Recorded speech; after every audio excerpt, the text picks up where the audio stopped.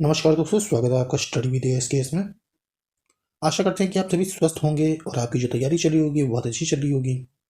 आज हम देखेंगे मूल अधिकारों के बारे में, जो हमारे मौलिक अधिकार होते हैं उनके बारे में हम चर्चा करेंगे। और अंतिम में हम देखेंगे कुछ महत्वपूर्ण प्रश्न हैं जो प्रतियोगी परीक्षाओं में बार बार पूछे जाते रहते हैं और जिनकी पूछे जाने की प्रबल संभावना भी रहेगी। तो चर्चा करते हैं आज मौलिक अधिकारों के ऊपर।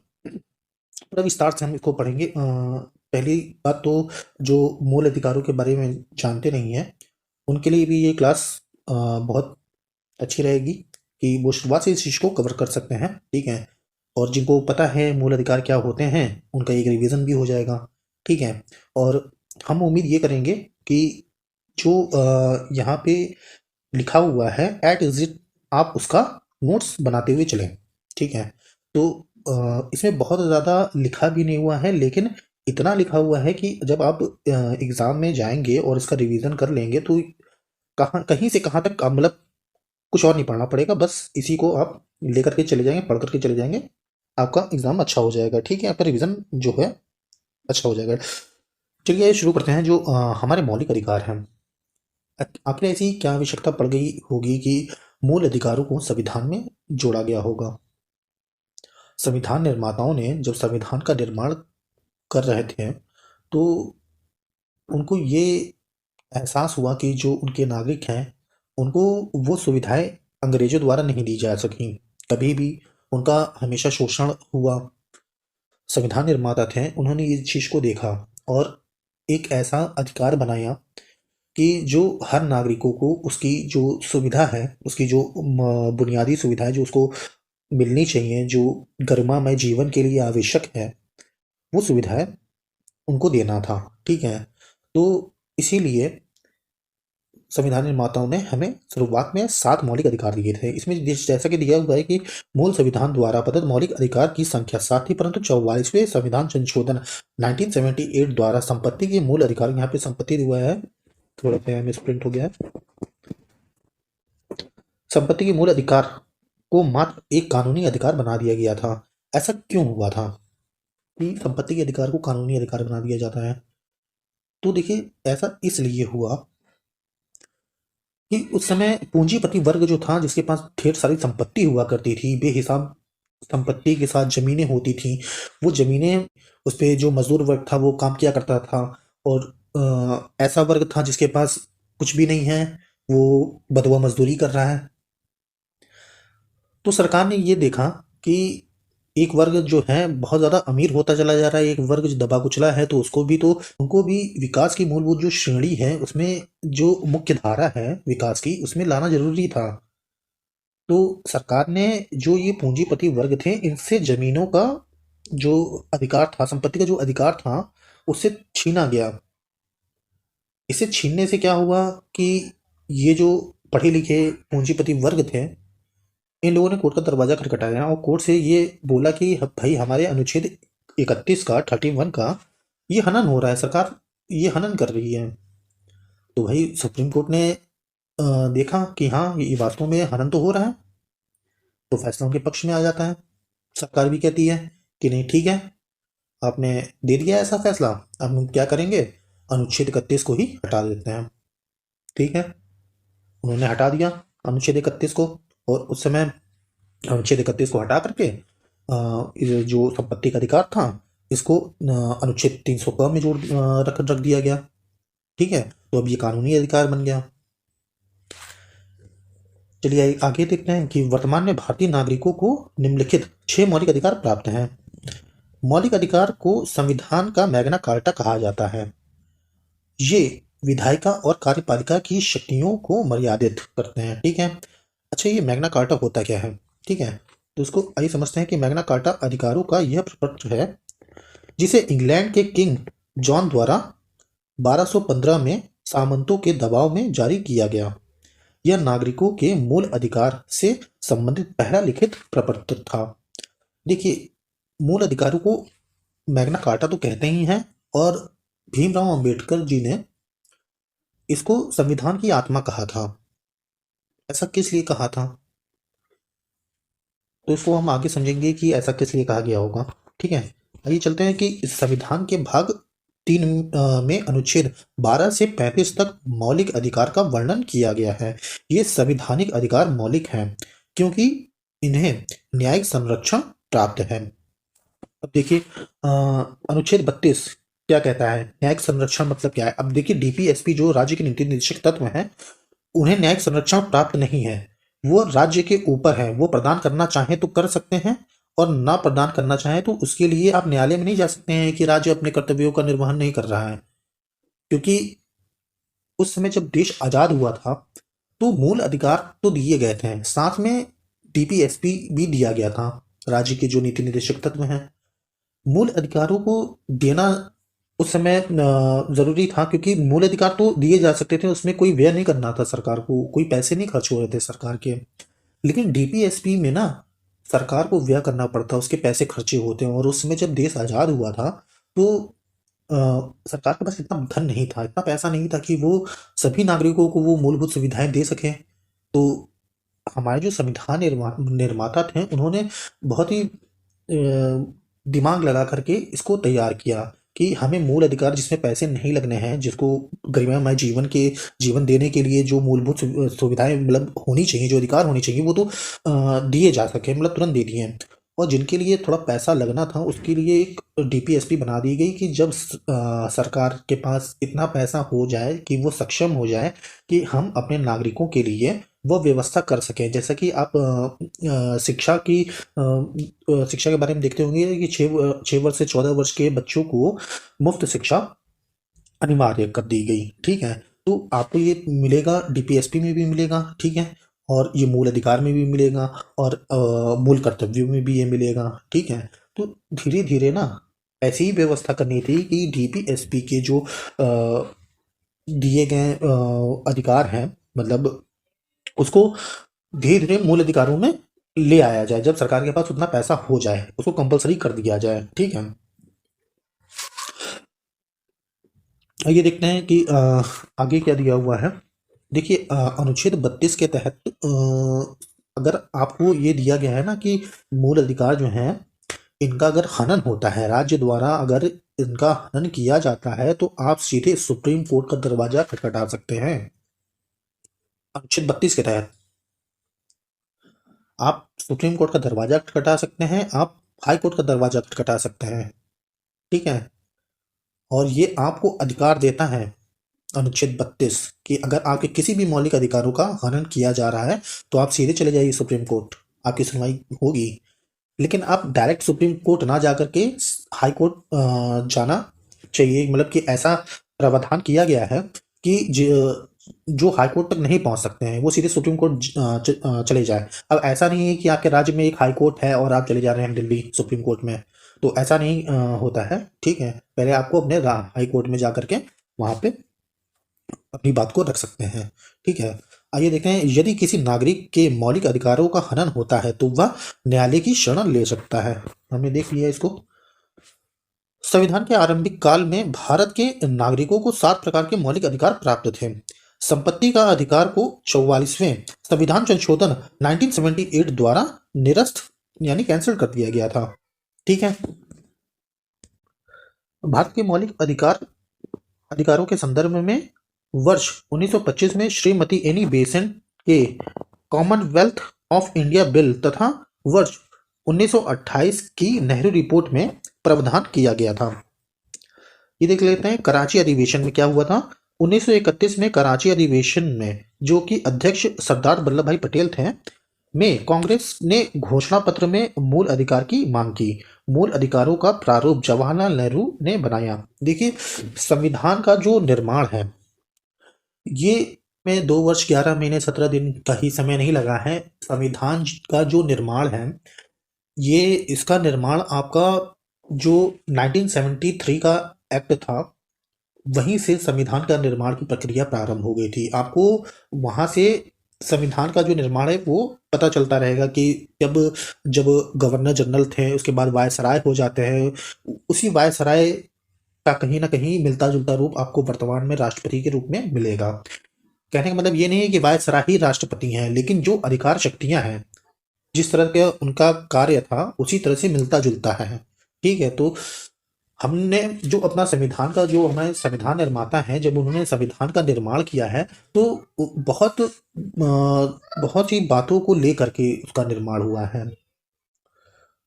तो आइए आगे चलते हैं, इस पे आगे के क्लासों में चर्चा करेंगे। आज हम मूल अधिकार देख रहे हैं, तो आज इसी पे बने रहते हैं, ठीक है, डायरेक्शन चेंज नहीं करते हैं। संविधान पे जब चर्चा करेंगे तो उस पे एक विस्तार से क्लास रखेंगे, और पूरे संविधान का जितनी भी चीज़ें हैं उसको एक ही क्लास में हम कोशिश करेंगे कि पूरे संविधान को कवर कर दिया जाए, कि एग्जाम से पहले अगर आप जाएं तो एक क्लास को उसको देख लें और आपका रिवीजन अच्छा हो जाए, ठीक है, बहुत ज़्यादा समय नहीं लेंगे।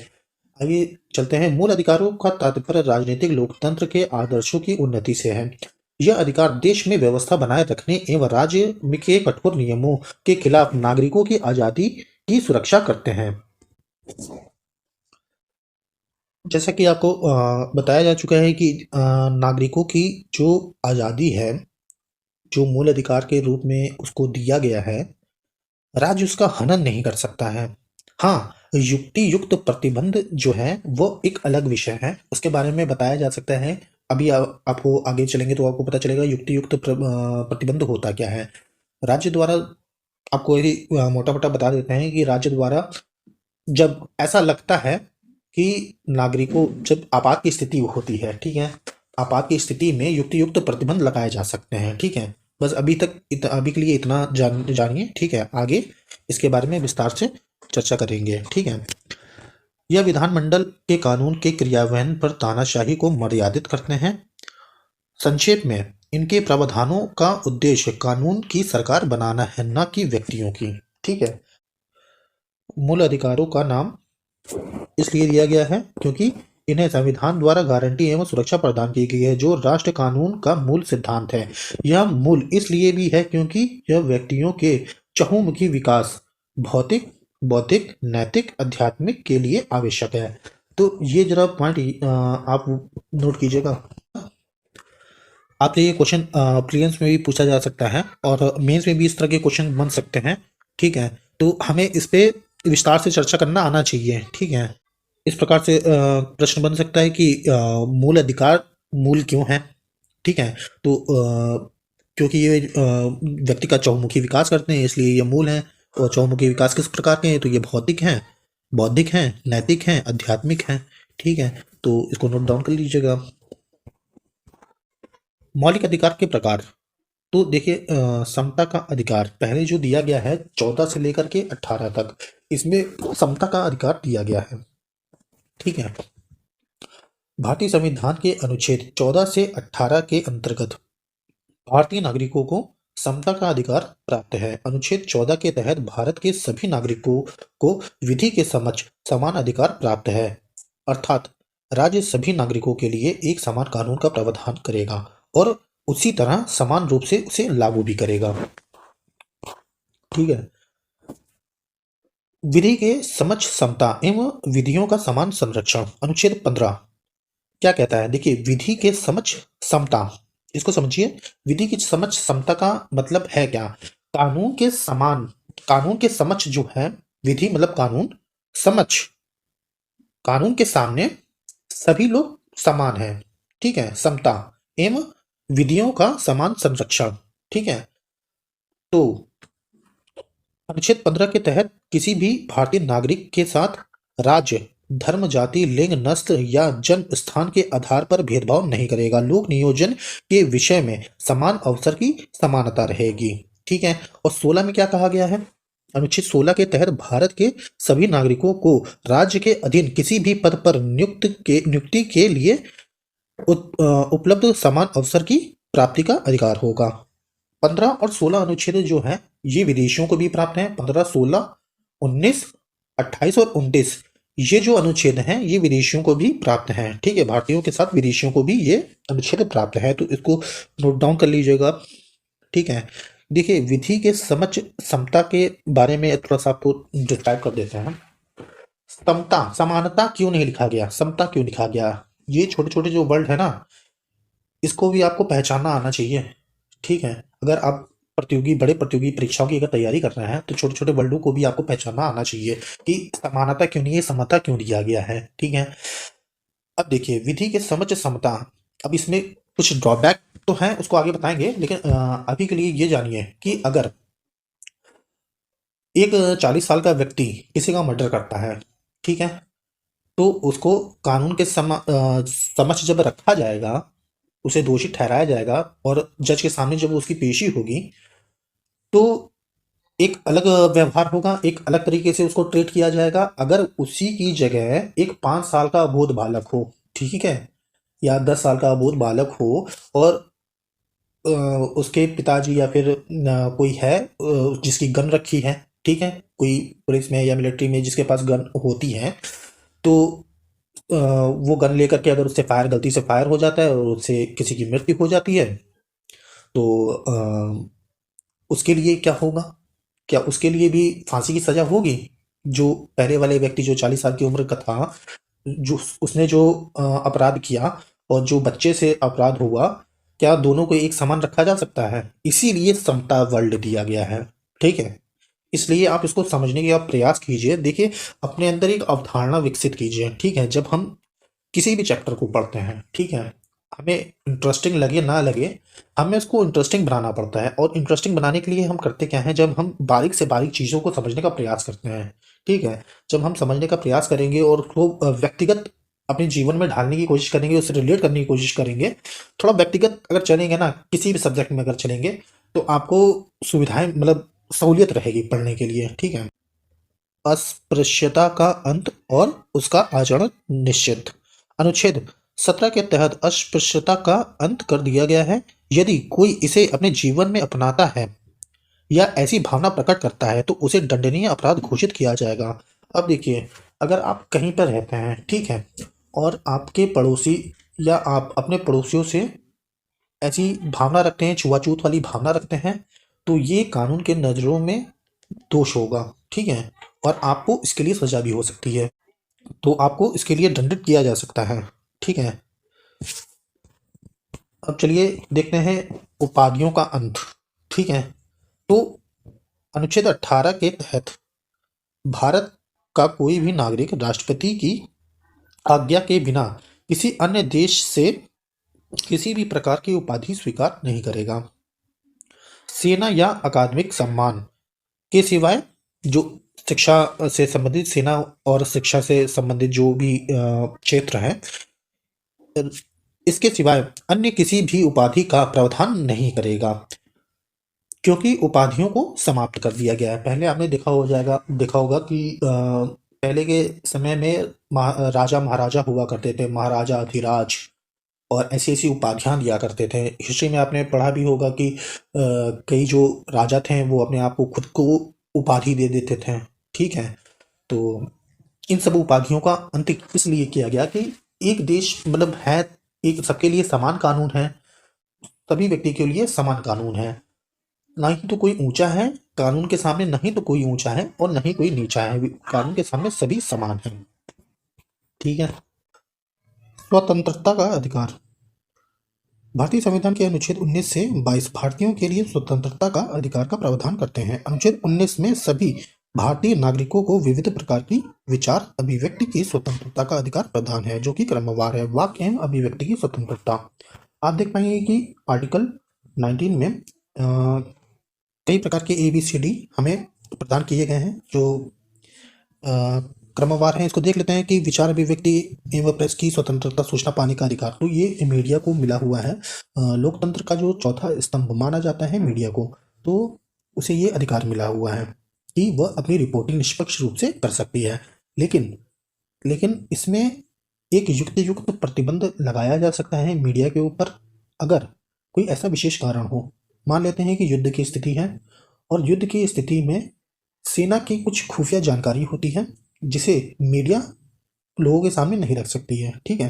तो वहाँ पे कुछ युक्त प्रतिबंध लगाए जा सकते हैं, ठीक है? दूसरा हम देख लेते हैं शांतिपूर्वक बिना शस्त्र के एकत्रित होना और सभा या सम्मेलन करने की स्वतंत्रता। तो अगर इसमें देख लेते हैं कि शांतिपूर्वक अगर आप बिना शस्त्र लेकर के किसी चीज़ का प्रदर्शन कर रहे हैं, सरकार के सामने अपनी बात रख रहे हैं, तो आप वहाँ पे खुल करके ये चीज़ कर सकते हैं, ठीक है? सभा या सम्मेलन बनाने की स्वतंत्रता भी आपको प्रदान की गई है, लेकिन इसमें हड़ताल जो होती है उसको आप नहीं कर सकते हैं। मान करके चलिए कि पैंडेमिक है और डॉक्टर हड़ताल करते हैं, ठीक है। तो ये इसमें युक्त प्रतिबंध के दायरे में आएगा और इसे उचित नहीं ठहराया जाएगा, ठीक है। तो इसको ध्यान में रखिएगा। सी देख लेते हैं कि किसी भी प्रकार के संघ बनाने की स्वतंत्रता है। तो हमें किसी भी प्रकार के किसी भी प्रकार का संघ बनाने की स्वतंत्रता हमें प्रदान की गई है संविधान द्वारा। हम आज़ाद हैं, हम संघ बना सकते हैं। किसी भी जो भी हमारा एजेंडा होगा, जो भी जिसके लिए भी हम काम कर रहे होंगे, उसके लिए हम संघ बना सकते हैं, ठीक है।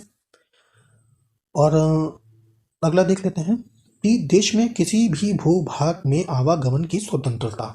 तो आप ये देखेंगे कि देश में किसी भी भूभाग पे आने जाने की स्वतंत्रता है। हमें कहीं पे भी आने जाने से बाध्य नहीं किया जा सकता है। कोई दिल्ली का व्यक्ति मुंबई जा सकता है, मुंबई का व्यक्ति साउथ में जा सकता है। तो हम अगर भारत के नागरिक हैं तो हम भारत के किसी भी स्थान पर जा सकते हैं, ठीक है। लेकिन एक इसमें युक्त प्रतिबंध लगाया जा सकता है। किस प्रकार से? अगर वही कर्फ्यू का माहौल है तो आप ये नहीं कह सकते हैं कि ये अभिव्यक्ति की स्वतंत्रता है, हम तो कहीं भी आ जा सकते हैं, ठीक है। तो इस पे आपको रोका जा सकता है अगर कर्फ्यू चल रहा हो या फिर आपातकाल की स्थिति हो, धारा 144 लगी हो, कर्फ्यू का माहौल हो। तो मतलब कि आपको अगर बाहर निकलने से रोका गया है, उसके लिए अगर कोई कानून बनाया गया है तो आप उसका पालन नहीं करेंगे तो उसके लिए आपको दंडित किया जा सकता है, ठीक है।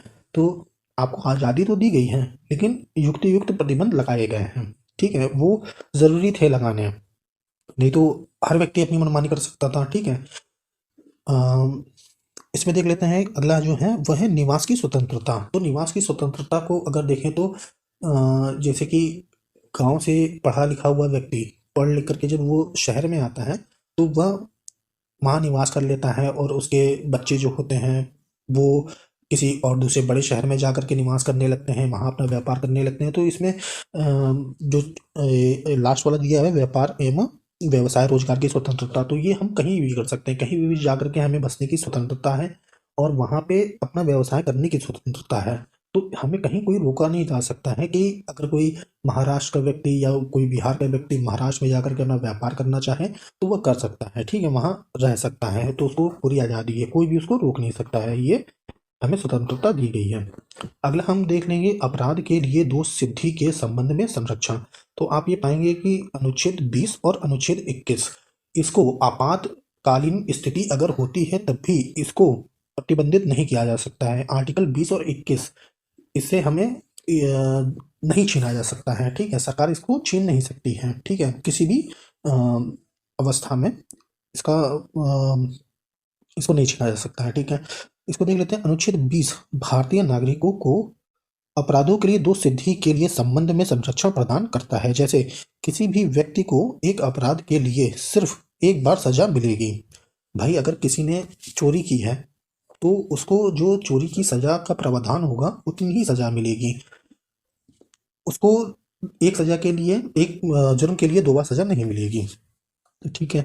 दूसरा देख लेते हैं कि अपराधी को केवल तत्कालीन कानून बंद की के तहत सजा होगी। तो कहने का मतलब ये है कि अगर 20 तारीख को सरकार द्वारा कानून बनाया जाता है कि 20 तारीख को कर्फ्यू लगेगा, ठीक है, और कोई व्यक्ति है वह 19 तारीख को अपने घर से बाहर निकलता है और मार्केट में जाता है, घूम टहल करके आता है, ठीक है, तो उसको सजा नहीं होगी। लेकिन अगर वो 20 तारीख को बाहर निकलेगा और मार्केट में जाएगा तो उसको कानूनी रूप से दंडित किया जा सकता है, क्योंकि कानून जब बनता है तब से सजा का प्रावधान होता है, ठीक है।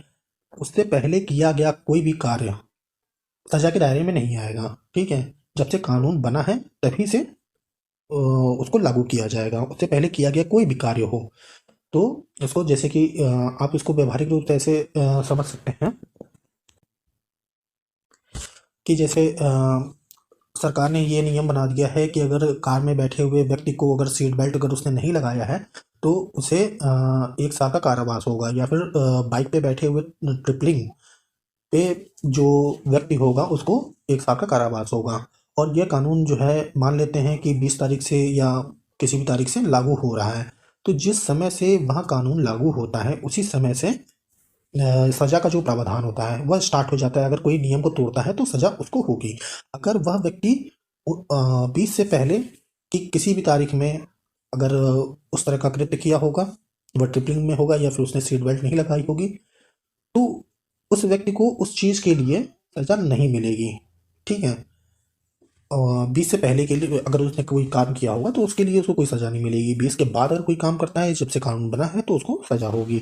चलिए आगे चलते हैं। तीसरा देखते हैं, किसी भी नागरिक को स्वयं के विरुद्ध न्यायालय में गवाही देने के लिए बाध्य नहीं किया जा सकता है। जी हाँ, अब स्वयं के विरुद्ध कोई गवाही कैसे दे सकता है, उसके लिए कैसे बाध्य किया जा सकता है, तो ये भी प्रावधान दिया हुआ है। ठीक है, अगला देख लेते हैं प्राण एवं दैहिक स्वतंत्रता के बारे में। अनुच्छेद 21, जैसा कि आपको बताया गया कि आर्टिकल 20 और 21 आपसे नहीं छीना जा सकता है। अगर इमरजेंसी भी लगी होगी तब भी आपको भाई जीवन जीने का अधिकार नहीं छीना जा सकता है ना।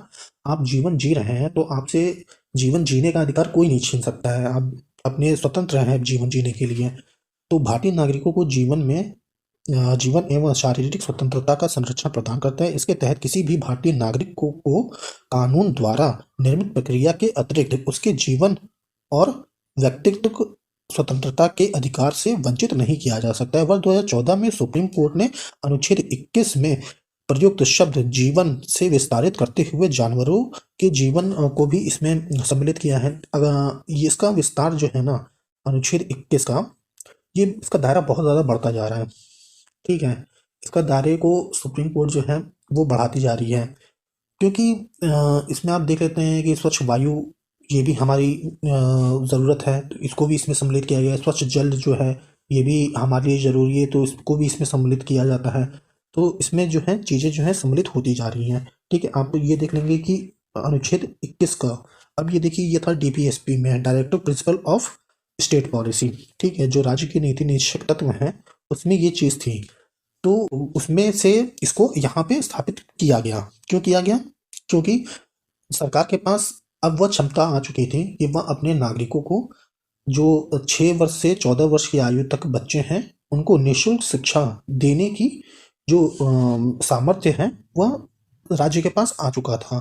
क्योंकि जब आज़ाद हुआ था भारत, तो आपको पता है कि उस समय भारत के पास इतने पैसे नहीं हुआ करते थे कि वो अपने नागरिकों को मूलभूत सुविधाएं दे सके। तो जब राज्य के पास इतना धन आ गया कि वह अपने बच्चों को 6 वर्ष से, जो राज्य के बच्चे हैं उनको 6 वर्ष से 14 वर्ष के जो बच्चे हैं उनको निःशुल्क शिक्षा अनिवार्य कर दी गई। आप ये पाएंगे कि जो प्राथमिक शिक्षा का जो अधिकार है, इसको आप जो पाएंगे ना, तो ये आपको मूल अधिकारों में भी मिलेगा, मूल कर्तव्यों में भी मिलेगा और राज्य के नीति निदेशक तत्वों में भी मिलेगा। पहला एक ऐसा ये अधिकार है जो तीनों में पाया जाता है। ठीक है, आगे हम देख लेते हैं निवारक निरोध के बारे में। ठीक है, भारतीय संविधान के अनुच्छेद 22 के खंड 3, 4, 5 तथा 6 में तत्व संबंधित प्रावधानों का उल्लेख है। निवारक निरोध कानून के अंतर्गत किसी भी व्यक्ति को अपराध करने के पूर्व ही गिरफ्तार किया जा सकता है। निवारक निरोध का उद्देश्य व्यक्ति को अपराध के लिए दंड देना नहीं, वरन उसे अपराध करने से रोकना है। वस्तुतः यह निवारक निरोध राज्य की सुरक्षा, लोक व्यवस्था बनाए रखने या भारत की सुरक्षा संबंधित कारणों से हो सकता है। जब किसी व्यक्ति को निवारक निरोध की किसी विधि के अधीन गिरफ्तार किया जाता है, तब सरकार ऐसे व्यक्ति को केवल 3 महीने तक अभिरक्षा के में निरुद्ध कर सकती है। यदि गिरफ्तार व्यक्ति को 3 माह से अधिक समय के लिए निरुद्ध करना होता है, तो इसके लिए सलाहकार बोर्ड का प्रतिवेदन प्राप्त करना पड़ता है। निरुद्ध व्यक्ति को निरोध आदेश के विरुद्ध अभ्यावेदन करने के लिए शीघ्रातिशीघ्र अवसर दिया जाना चाहिए। तो इसमें जो कहा गया है कि किसी व्यक्ति को जुर्म करने से पहले ही गिरफ्तार किया जा सकता है। ऐसा क्यों किया जा सकता है? अगर जो सुरक्षा एजेंसियां होती हैं उनको ऐसा लगता है कि किसी व्यक्ति की वजह से दंगे भड़क सकते हैं, ठीक है, उसके आज़ाद रहने से या उसके भाषण देने से या उसके ऐसे कोई कृत्यों से, तो उसको किसी भी जुर्म उसके किए जाने से पहले ही उसको हिरासत में लिया जा सकता है। ठीक है, आगे चलते हैं। कुछ दशाओं में गिरफ्तारी और निरोध से संरक्षण। अनुच्छेद 22 कुछ स्थितियों में भारतीय नागरिकों की गिरफ्तारी और निरोध में संरक्षण प्रदान करता है, जैसे कि यदि किसी नागरिकों को मनमाने तरीके से हिरासत में लिया गया है तो उसे हिरासत में लेने का कारण बताना होगा। हिरासत में लिए गए नागरिक को 24 घंटे के अंदर आवागमन का जो समय है उसको छोड़ करके निकटतम दंडाधिकारी के समक्ष पेश किया जाएगा। हिरासत में लिए गए व्यक्ति को अपने पसंद का अधिवक्ता के सलाह लेने का अधिकार होगा। जो अपने मनपसंद का जो होगा उसको वकील करने का उसको अधिकार होगा। ठीक है। शोषण के विरुद्ध अधिकार। भारतीय संविधान के अनुच्छेद 23 और 24 भारतीय नागरिकों को शोषण के विरुद्ध अधिकार प्रदान करता है। ठीक है। बाल श्रम का प्रतिषेध। ये यहाँ प्रतिशत लिखा हुआ है, प्रतिषेध होगा। ठीक है, इसको जरा सुधार कर लीजिएगा। अनुच्छेद 23 में मानव के दुर्व्यवहार और बाल श्रम का प्रतिषेध किया गया है। ऐसा करना दंडनीय अपराध घोषित किया गया है। ठीक है। कारखानों आदि में बच्चों के नियोजन का प्रतिषेध। अनुच्छेद 24 में 14 वर्ष से कम आयु वाले किसी बच्चे को कारखानों में खनन क्षेत्र या अन्य किसी भी प्रकार के जोखिम भरे कार्य में नियुक्त करना दंडनीय अपराध घोषित किया गया है। ठीक है। तो आप ये इसमें पाएंगे, इसमें आप एक चीज नोट कर लेंगे। अनुच्छेद 23 में जो दिया गया है इसमें आप एक चीज और नोट करते हुए चलिएगा कि अनुच्छेद 23 का कि संसद द्वारा बनाए गए अधिनियम अनैतिक दुर्व्यापार अधिनियम 1956 जो था वह इसके तहत ये नियम बनाया गया था। ठीक है। और ये जो बाल श्रम प्रतिषेध है, बाल श्रम प्रतिषेध अधिनियम जो है 1886 में बनाया गया था।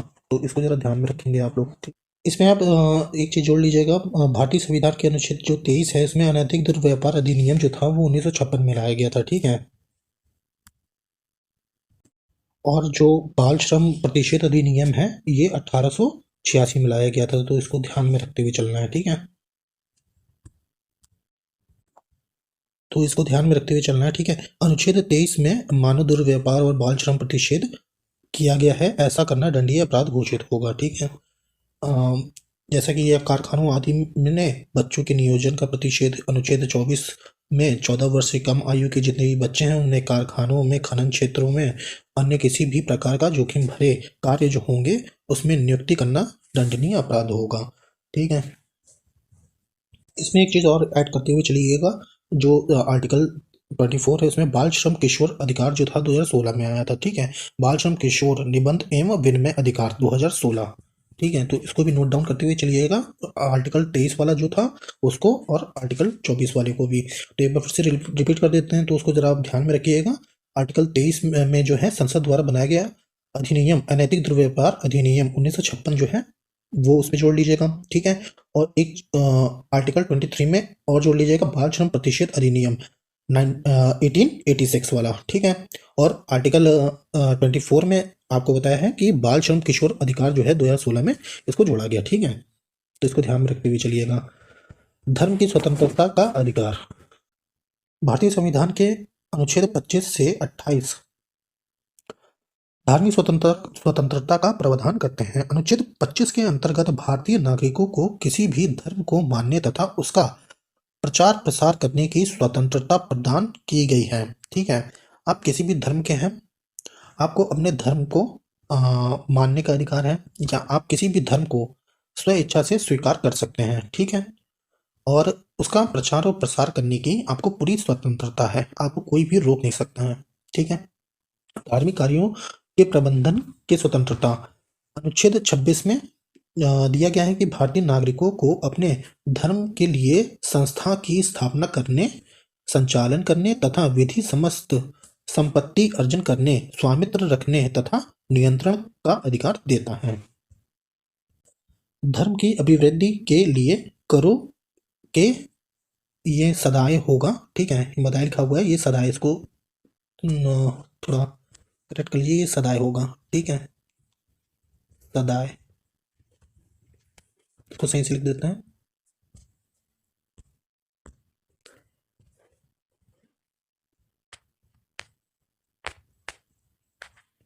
ये सदाए हो जाएगा। ठीक है। अनुच्छेद 27 के अंतर्गत राज्य किसी भी नागरिकों को जिसकी आय किसी भी धर्म या जिसकी आय किसी भी धर्म या धार्मिक संप्रदाय के प्रगति में व्यय के लिए निश्चित कर दी गई है, उसे ऐसे कर देने के लिए बाध्य नहीं किया जाएगा। ठीक है। इसमें देखते हैं कि धार्मिक शिक्षा में उपस्थित होने की स्वतंत्रता। ठीक है। तो अनुच्छेद 28 क्या कह रहा है कि इसके अंतर्गत राज्य विधि से पूर्ण रूप से संचालित किसी भी शिक्षण संस्थान में कोई धार्मिक शिक्षा नहीं दी जाएगी। इस प्रकार का कोई शिक्षण संस्थान अपने विद्यार्थियों को किसी धार्मिक अनुष्ठान में भाग लेने या किसी धर्मोपदेश को भाग बलपूर्वक सुनने के लिए बाध्य नहीं कर सकता है। कि जैसे कि मान के चलिए कि आप हिंदू हैं और आपको कोई पूजा करने के लिए बाध्य नहीं कर सकता है। ठीक है। आप मुस्लिम हैं, आपको कोई नमाज पढ़ने के लिए बाध्य नहीं कर सकता है। ठीक है। आपकी ये स्वतंत्रता है कि आपका जब मन चाहेगा तो आप वो करेंगे, आपसे जबरदस्ती कोई भी काम नहीं करवाया जा सकता है। ठीक है। जबरदस्ती। ठीक है, आगे चलते हैं। संस्कृति एवं शिक्षा संबंधित अधिकार। भारतीय संविधान के अनुच्छेद 29 और 30 भारतीय नागरिकों के लिए संस्कृति एवं शिक्षा संबंधित अधिकारों का प्रावधान करते हैं। अल्पसंख्यकों के हितों का संरक्षण। अनुच्छेद 29 ए में 29(1) कह लीजिए, 29 ए कह लीजिए, भारत के नागरिकों को जिनकी अपनी विशेष भाषा, लिपि या संस्कृति है उसे बनाए रखने का उन्हें पूरा अधिकार देता है। जैसे कि आप जनजातियों को देखेंगे, जो जनजातियां होती हैं उन्हें आप अगर देखेंगे तो आप पाएंगे कि जो जनजातीय होती हैं उसमें उनकी एक विशेष प्रकार का रहन सहन होता है, विशेष प्रकार की उनकी भाषा होती है। जैसे कि नागालैंड में या जो जनजातियां होती हैं या फिर अंडमान निकोबार में, तो उनके लिए एक विशेष एरिया सुरक्षित कर दिया गया है सरकार के लिए कि वह किसी को नुकसान ना पहुंचाए और लोगों द्वारा उनको नुकसान ना पहुंचाया जाए, क्योंकि वह एक विशेष मतलब कि जो समाज की मुख्य धारा है उससे वह नहीं जुड़े हुए हैं। और सरकार का ऐसा प्रयास रहता है कि वह धीरे धीरे उस मुख्य धारा में आकर के जुड़े। तो ये अभी बात का विषय है। ठीक है। तो इसलिए अपने जो इसमें दिया गया है कि भारत के नागरिकों को उनकी अपनी विशेष भाषा, लिपि या संस्कृति बनाए रखने का पूरा अधिकार है। ठीक है। और इसका जो बी वाला है अनुच्छेद 20 का, तो उसको देखते हैं कि किसी भी नागरिकों को भाषा, जाति, धर्म और संस्कृति के आधार पर किसी भी सरकारी शैक्षिक संस्था में प्रवेश से वंचित नहीं किया जा सकता है। तो अगर आपको एक केस याद आता हो तो वो था चंपकाई दोराजन वर्सेस मद्रास। ठीक है। वहां पे मद्रास के एक विश्वविद्यालय में प्रवेश से रोका गया था। वहां पे उस विश्वविद्यालय में किसी विशेष भाषा, जाति और धर्म के लिए एक रिजर्व कोटा था। ठीक है। और उनके लिए आरक्षित किया गया था। इस वजह से चंपकाई दोराजन को वहां पे प्रवेश से वंचित किया जा रहा था। तो चंपकाई दोराजन जो थी वो चली जाती हैं न्यायालय में और वो अपनी बात रखती हैं कि हमें तो शिक्षा का पूरा अधिकार है, तो ऐसा हमें वंचित क्यों किया जा रहा है कि जब हम कहीं पे भी आने जाने की स्वतंत्रता है, हमें किसी भी संस्थान में हमें पढ़ने की स्वतंत्रता है, तो हमें आखिर क्यों रोका जा रहा है। जो न्यायालय था वो चंपकाई दोराजन के पक्ष में अपना फैसला जो है वो सुनाती है। दोराजन है उनको वहाँ पे प्रवेश विश्वविद्यालय में मिल जाता है। लेकिन अब सरकार क्या करती है कि एक ऐसा उपबंध बनाती है जिसमें आर्टिकल 15D में आप पाएंगे कि किसी विशेष जाति और धर्म के लिए सरकार जो है उनके संरक्षण के लिए एक अपना जो विशेष बंद बना सकती है। ठीक है। उनके संरक्षण के लिए। ठीक है। तो इसको आप देख जाइएगा, किसी भी नागरिकों को भाषा, जाति, धर्म और संस्कृति के आधार पर किसी भी सरकारी शैक्षिक संस्थान में प्रवेश से नहीं रोका जा सकता है। ठीक है। ठीक है। संवैधानिक उपचारों के बारे में अगर देख लेंगे तो डॉक्टर भीमराव अम्बेडकर की मान्यता थी कि भारतीय संविधान के अनुच्छेद 32 संविधान का सर्वाधिक महत्वपूर्ण प्रावधान है। जैसा कि आपको पता है कि ऐसा क्यों बोला था आर्टिकल 32 को कि यह संविधान की आत्मा है। ठीक है। मूल अधिकार को संविधान की आत्मा क्यों बोला गया था, इसी आर्टिकल 32 की वजह से। इसके बिना संविधान अधूरा है। उनके अनुसार संवैधानिक उपचारों का अधिकार संविधान की आत्मा है, उसका हृदय है। ठीक है। तो अब आप लोगों को ये समझ में आ गया होगा किस लिए बोला गया था। ठीक है। भारतीय संविधान के अनुच्छेद 32 सर्वोच्च न्यायालय को भारतीय नागरिकों के मौलिक अधिकारों का संरक्षक निर्धारित करता है। यदि किसी नागरिक के मौलिक अधिकारों का हनन होता है तो वह सर्वोच्च न्यायालय में अपील कर सकता है। तो अगर आपके मौलिक अधिकारों का हनन होता है राज्य द्वारा, तो आप सीधे जा सकते हैं सर्वोच्च न्यायालय में, ऐसा ये दिया हुआ है। परमाधिकार रिटेन, इसके बारे में अगर देख लेते हैं तो सर्वोच्च न्यायालय तथा उच्च न्यायालय के नागरिकों के मौलिक अधिकारों की रक्षा के लिए रिट याचिका अनुच्छेद 32 के अंतर्गत जारी करने का अधिकार प्राप्त है। परमाधिकार रिटेन ब्रिटेन के सामान्य कानूनों की अभिव्यक्ति है तथा ये 5 प्रकार की होती हैं। परमाधिकार रिटेन ब्रिटेन के सामान्य कानून की अभिव्यक्ति है तथा ये 5 प्रकार की होती हैं। ठीक है, तो पहला देख लेते हैं बंदी प्रत्यक्षीकरण। जब किसी नागरिक को अवैध रूप से बंदी बनाया जाता है तो उसे यह अधिकार होता है वह सर्वोच्च न्यायालय या उच्च न्यायालय की शरण ले। सर्वोच्च न्यायालय उस बंदी बनाने वाले अधिकारी को आदेश देता है कि वह बंदी बनाए गए व्यक्ति को 24 घंटे के अंदर न्यायालय के समक्ष पेश करे जिसे बंदी बनाए जाने के औचित्य की जांच की जा सके। तो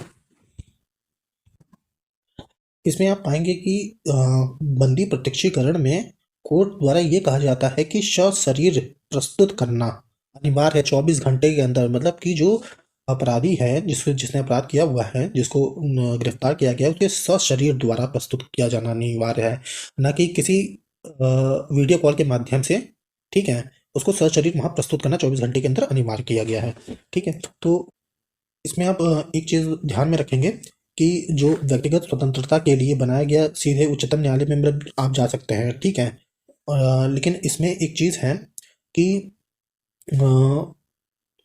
अगर किसी व्यक्ति को निवारक निरोध के द्वारा अगर किसी व्यक्ति को निवारक निरोध के द्वारा हिरासत में लिया जाता है, ठीक है, तो इस विषय में बंदी प्रत्यक्षीकरण लागू नहीं होगा, क्योंकि 3 माह तक बिना एफआईआर के, बिना चार्जशीट के पुलिस जो है अपराधी को रख सकती है। निवारक निरोध मैंने आपको भी पहले बताया ऊपर कि निवारक निरोध में जो बंदी होता है, जो अपराधी होता है, उसको अपराध करने से पहले ही उसको गिरफ्तार कर लेती है पुलिस, अगर उसको ये अंदेशा होता है कि वह उसकी वजह से किसी तरह की शांति भंग की स्थिति पैदा होगी। ठीक है, दूसरा हम देख लेते हैं परमादेश। यह लेख उस पदाधिकारी को जारी किया जाता है जो अपने सार्वजनिक कर्तव्य से विमुख हो गया है, जिससे वह अपने कर्तव्य का पालन करे। इस परमादेश को अगर समझना चाहें तो इसको इस तरह से समझ सकते हैं कि जैसे कि मानकर चलते हैं कोई टीचर है और वह शिक्षा देने से मना कर, कोई सरकारी टीचर है और वह शिक्षा देने से मना कर रहा है स्टूडेंट को कि आज हम नहीं पढ़ाएंगे।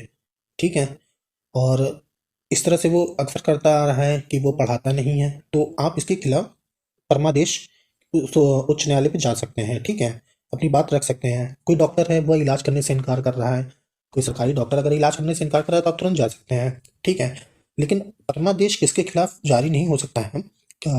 ये भारत के राष्ट्रपति के खिलाफ नहीं जारी किया जा सकता है परमादेश, और राज्य के जो मुखिया हैं, राज्यपाल, उनके खिलाफ नहीं जारी किया जा सकता है। ठीक है, और किसी प्राइवेट कर्मचारी के लिए भी ये लागू नहीं किया जा सकता है। अगर मान करके चलिए कि मेरी कोचिंग है और मैं अपनी कोचिंग चलाने से मना कर देता हूँ, तो आप किसी भी न्यायालय में जाकर के ये नहीं कह सकते कि मुझे दोबारा अपनी कोचिंग शुरू करनी चाहिए या ओपन करनी चाहिए। ठीक है, कोई प्राइवेट स्कूल है तो वो प्राइवेट स्कूल अगर वो बंद हो जा रहा है, उसके व्यक्तिगत कारणों से बंद हो रहा है, तो आप इसके लिए जा नहीं सकते। अगर कोई सरकारी संस्था है, उसने अगर अपना काम नहीं किया है तो उसके खिलाफ आप परमादेश जाकर के जारी कर सकते हैं सुप्रीम कोर्ट या उच्च न्यायालय द्वारा। ठीक है, आप जा सकते हैं।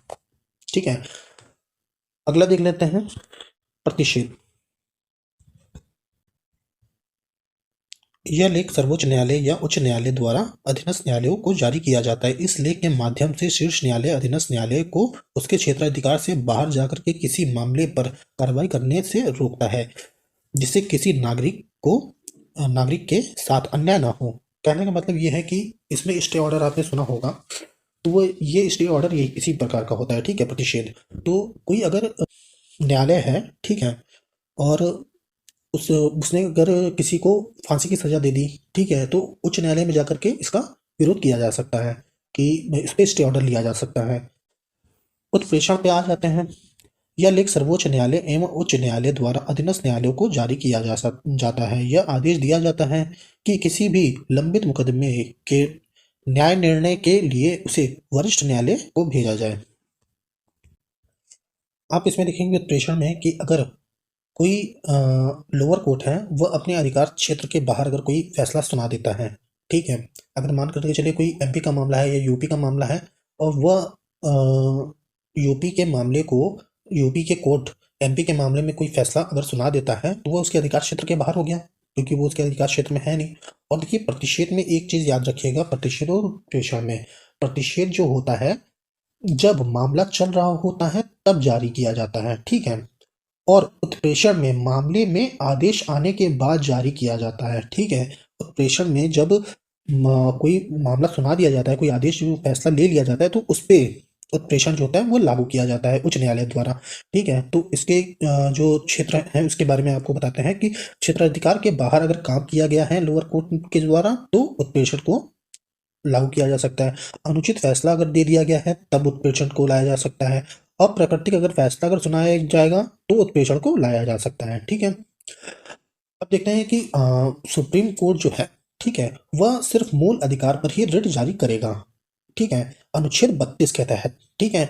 और अनुच्छेद 226 के तहत हाई कोर्ट जो है वह मूल अधिकार व अन्य कानूनी अधिकार पर भी रिट जारी कर सकता है। अतः आप इसमें ये पाएंगे ना कि यहाँ पे हाई कोर्ट को सुप्रीम कोर्ट से ज्यादा शक्ति प्राप्त है, ठीक है।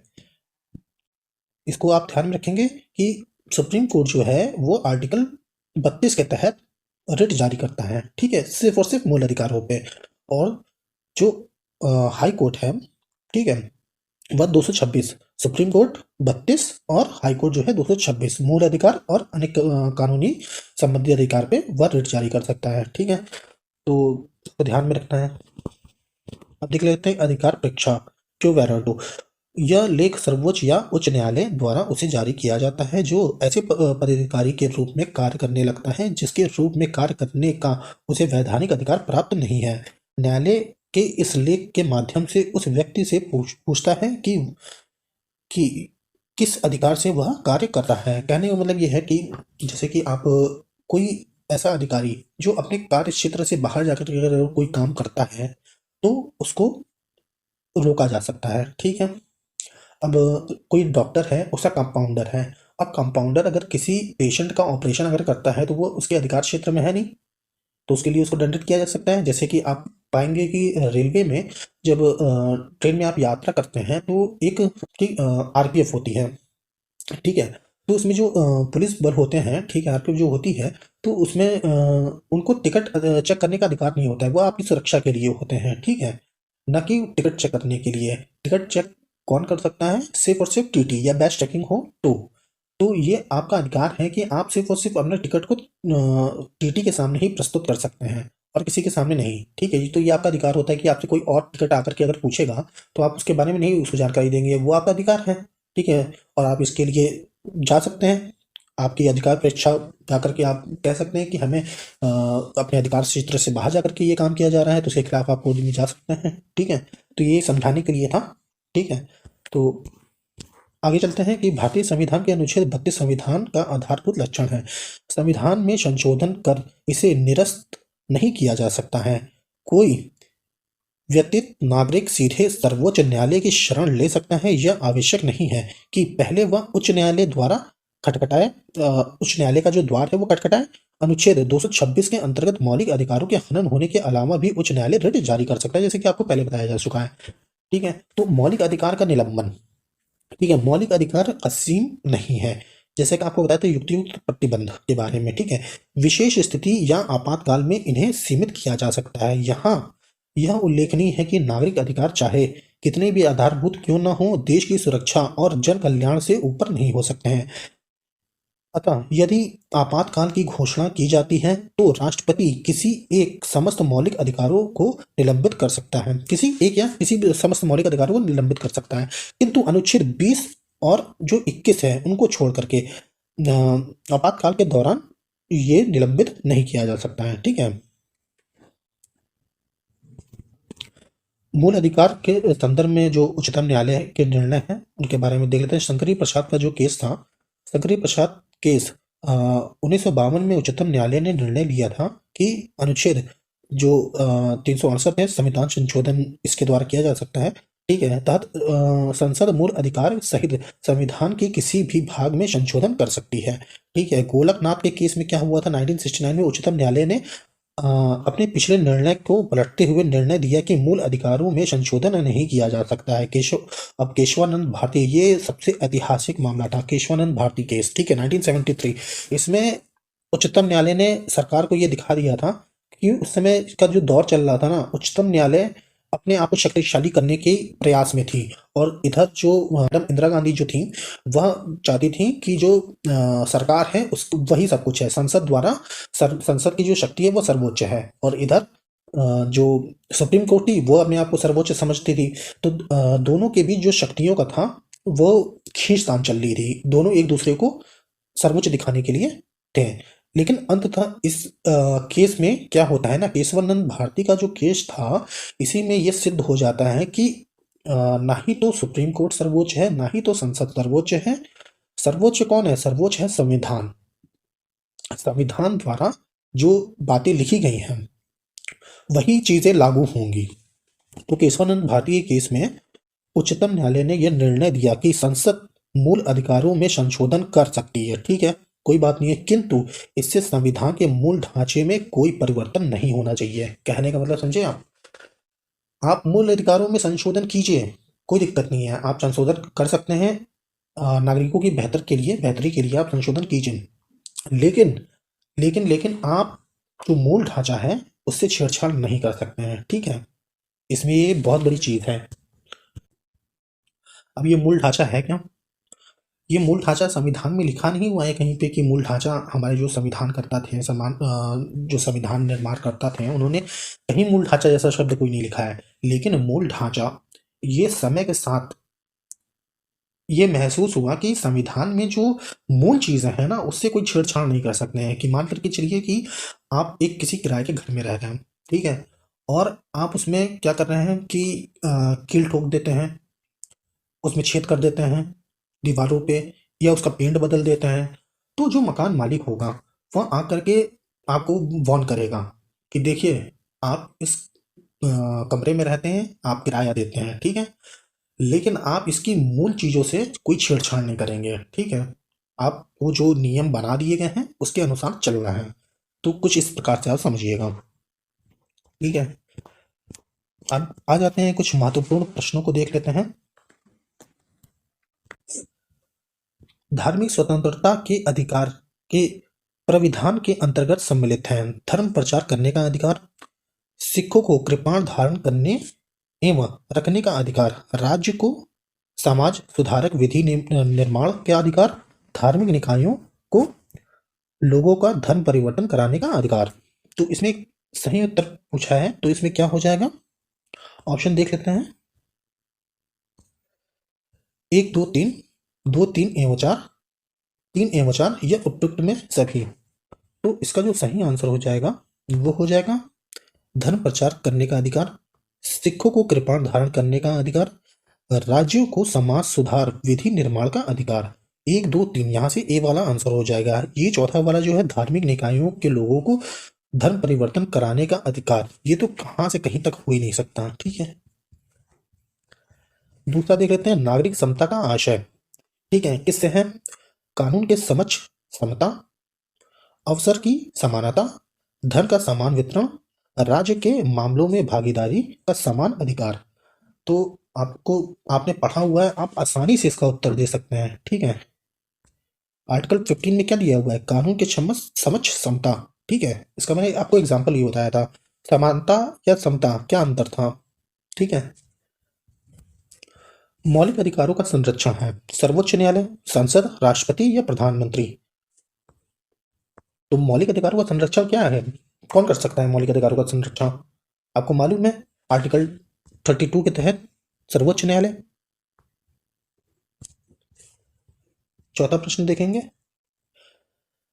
भारत के संविधान का भाग संबंध है राज्य के नीति निर्देशक तत्वों से, मूल कर्तव्यों से, मूल अधिकारों से, नागरिकता से। तो आपको पता है इसका सही आंसर हो जाएगा मूल अधिकारों से।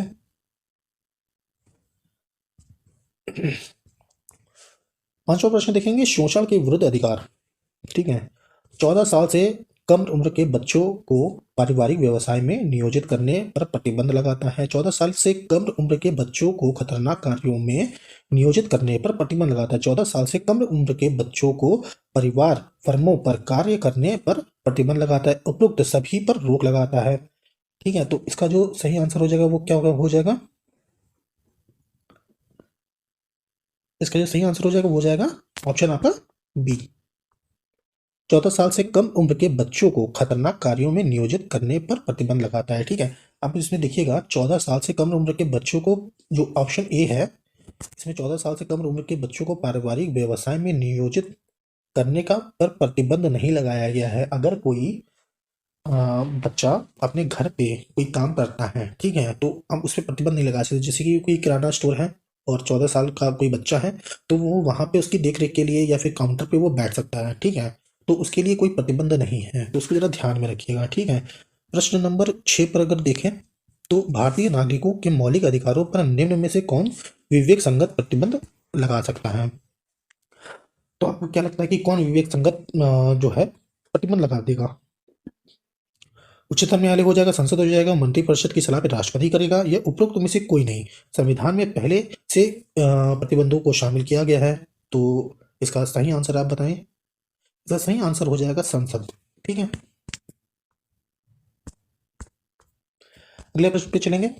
7वां प्रश्न देखेंगे, संपत्ति का अधिकार को मूल अधिकार की सूची से संविधान संशोधन द्वारा निकाल दिया गया। यह अधिकार अब किसी अनुच्छेद के अंतर्गत प्राप्त है। किस अनुच्छेद के अंतर्गत है, तो अब ये देख पाएंगे कि 300 के तहत 31 अनुच्छेद 31 से हटा करके इसको 300 ए या क में जोड़ दिया गया था, सब क्लॉज ए। ठीक है, इसको ध्यान में रखिएगा। 8वें प्रश्न पे आते हैं, अनुच्छेद 19 व अनुच्छेद 21 द्वारा प्रत्याभूत अधिकार निम्नलिखित में से किसके द्वारा उल्लंघन करने पर संवैधानिक उपचार का प्रावधान करते हैं। तो ऑप्शन जो दिए हुए हैं वो है संघ सरकार, ऑप्शन दूसरा जो है वो है राज्य सरकार, नगर पालिका और निजी व्यक्तियों द्वारा।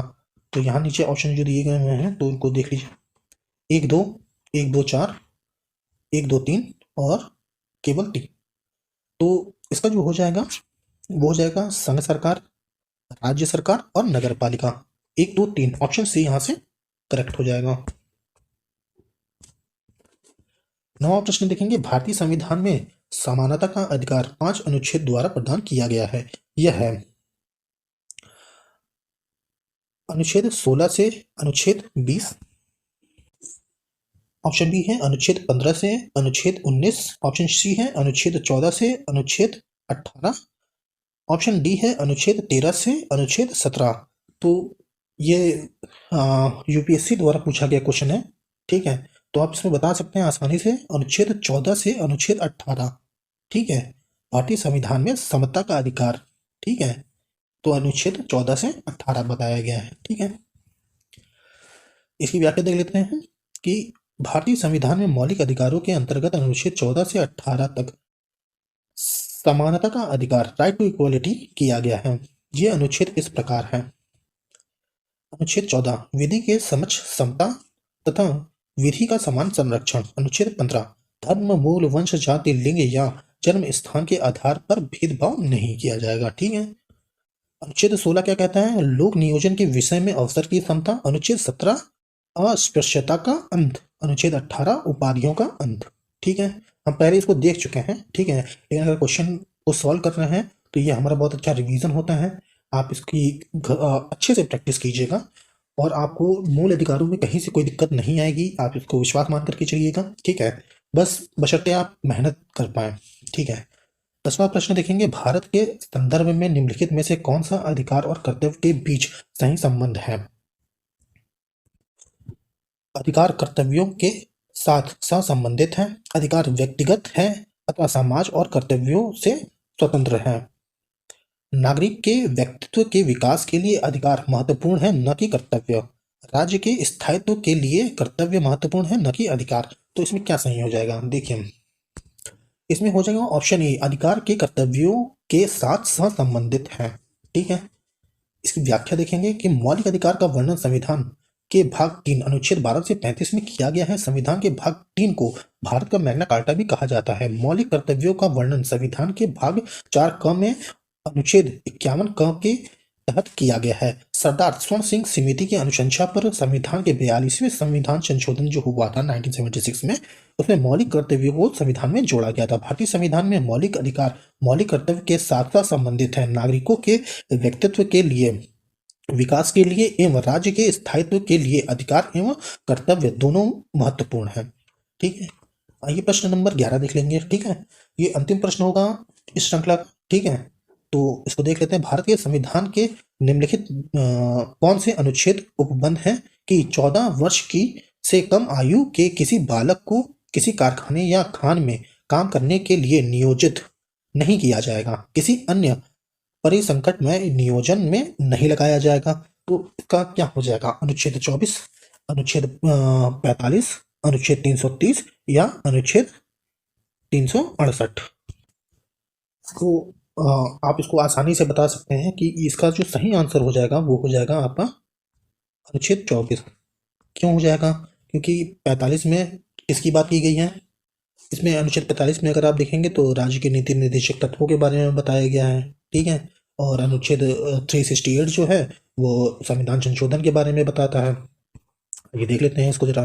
ठीक है, भारतीय संविधान के अनुच्छेद 24 में यह उपबंध है कि 14 वर्ष से कम आयु के किसी बालक को किसी कारखाने या खान में काम करने के लिए नियोजित नहीं किया जाएगा, किसी अन्य परिसंकट में नियोजन में नहीं लगाया जाएगा। अनुच्छेद 45 आरंभिक शिशु तत्व देखरेख तथा 6 वर्ष से कम आयु के बालकों के लिए निःशुल्क और अनिवार्य शिक्षा का उत्पन्न करता है। ठीक है, अनुच्छेद 330 क्या कहता है कि लोकसभा में अनुसूचित जातियों एवं अनुसूचित जनजातियों के लिए स्थानों का आरक्षण का उल्लेख है। अनुच्छेद 368 क्या कहता है कि संविधान संशोधन करने की शक्ति संसद के पास है। ठीक है, संसद की शक्ति और उसी प्रक्रिया को उल्लेख किया गया है अनुच्छेद 368 में। ठीक है, तो यहाँ पे हमारी ये श्रृंखला खत्म होती है। तो उम्मीद है कि आपको ये सेशन बहुत अच्छा लगा होगा, और इसके साथ मिलेंगे हम किसी नेक्स्ट वीडियो में और किसी अच्छे से टॉपिक के साथ मिलेंगे, जो इस टॉपिक को हम पूरा कंप्लीट कर सकें और उसके जो इम्पोर्टेंट क्वेश्चन आंसर हैं उसको भी हम कवर कर सकें। ठीक है, तो मिलते हैं नेक्स्ट वीडियो में, तब तक के लिए नमस्कार, जय हिंद।